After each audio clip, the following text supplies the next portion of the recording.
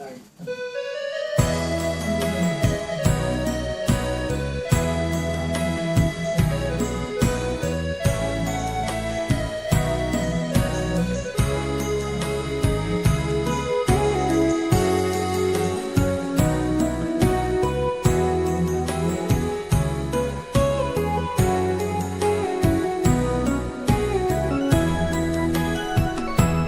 มุนคลื่นเสียงดังฟังรายกา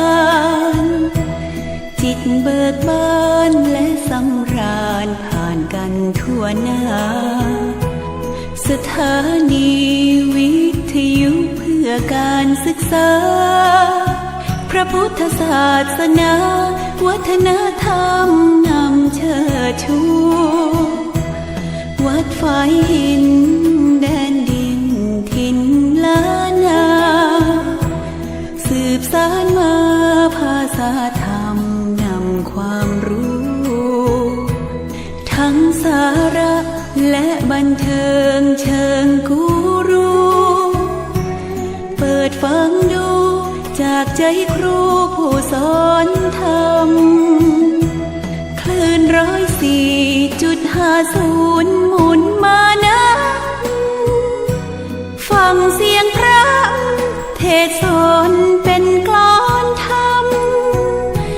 ฟังเสียงเพลงฟังสาระพาน้อมนำจะสุขล้ำด้วยบทธรรมนำบทเพลงสมาพันธ์สื่อวิทยุพระพุทธศาสนาอาเซียนเชิญแวะเวียนฟังอย่าเกรงทั้งข่าวสารธรรมะ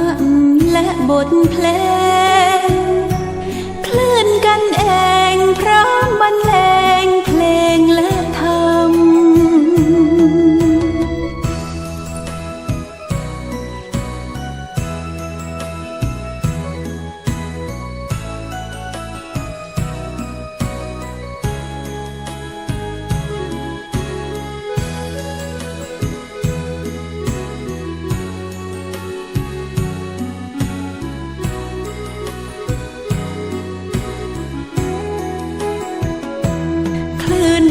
104.50หมุนมานะ